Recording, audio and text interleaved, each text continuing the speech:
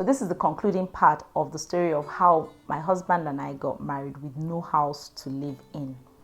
In case you missed the first part, you can look for the video on my channel to listen. We got back from our honeymoon and we eventually told our families, and of course mayhem broke loose. But something else had happened.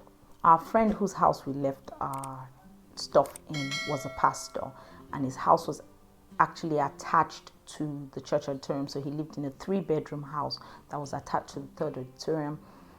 So they had a spare bedroom because they had just one baby at the time, and we kept our stuff in their spare bedroom. Kept our suitcases, our furniture, all our stuff. And before we left, we had people who gave us dollars, people who gave us pounds, and we just gathered the envelopes. We didn't want to carry so much money along on the trip, and so we put them in one of the suitcases and we locked it up. So when we got back, we went to take our stuff. We opened the suitcase where the money was, and guess what? It was crickets. All the money that we kept in that suitcase was gone.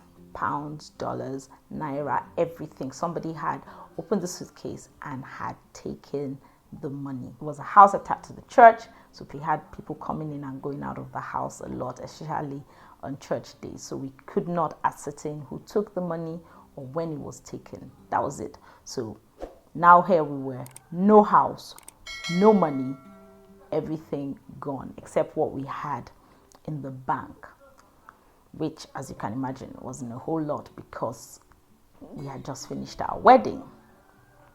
Anyway, on the brighter side, a friend of a friend had just relocated out of the country, and so he had this house that he had left, and he said there was extra time on it and all that. And so our friend said, oh, you know what, you can have that house, and by the time the rent expires, then you can keep on paying from there. And as far as he knew, the rent was expiring in February. So we moved in. At least it was a place to lay our heads. Pretty house too, 2-bedroom, cute, nice, not so far from my office, but this was like 30 minutes away from my office, but it was still okay. It was against traffic in Lagos, and that is a big deal. So we moved in. We hadn't even moved anything in because we hadn't got the time to move our furniture in. I think this was like the second or third day that we were staying there, and there was a knock on the door.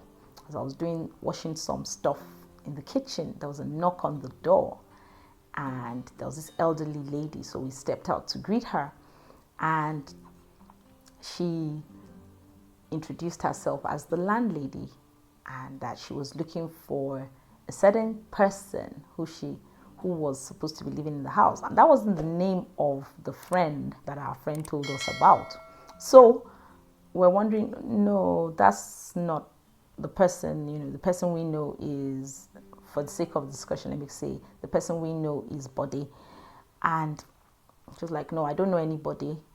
The person I know is Sunday, and I need to speak with Sunday. And we're like, oh, well, it was Bode we met, and he has moved abroad, and he said that we could have the house. He said, well, the rent is due. It was due since the end of December, and I've come to find out about when he's ready to pay. So our friend called up his friend, and he confirmed the story. It's true, he got the house from a third hand who had since moved out of the house, and so he was continuing the rent, and he paid in February, so he assumed the rent expired in February. But now the third friend confirmed to him that the rent actually did expire in December. So here we were back to square one with no house.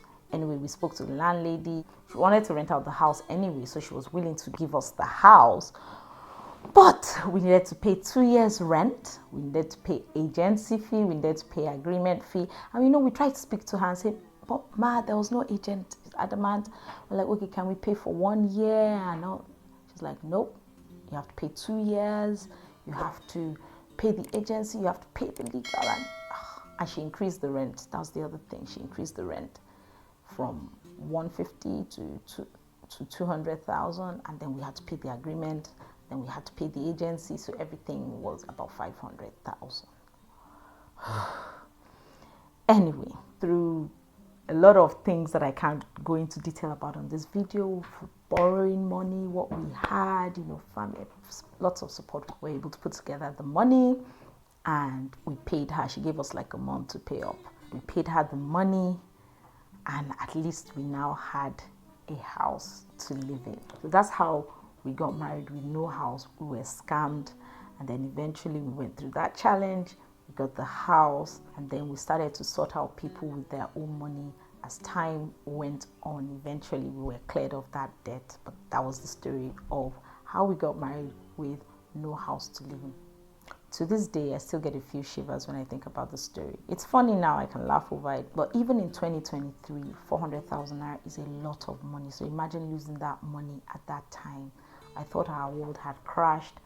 You know, this is the end. How are we ever going to recover? But here we are today. How do you think you'd have handled that situation? I'd like to hear your thoughts in the comment. However, this is just a testimony to the fact that no matter what you've been through, you can still get up.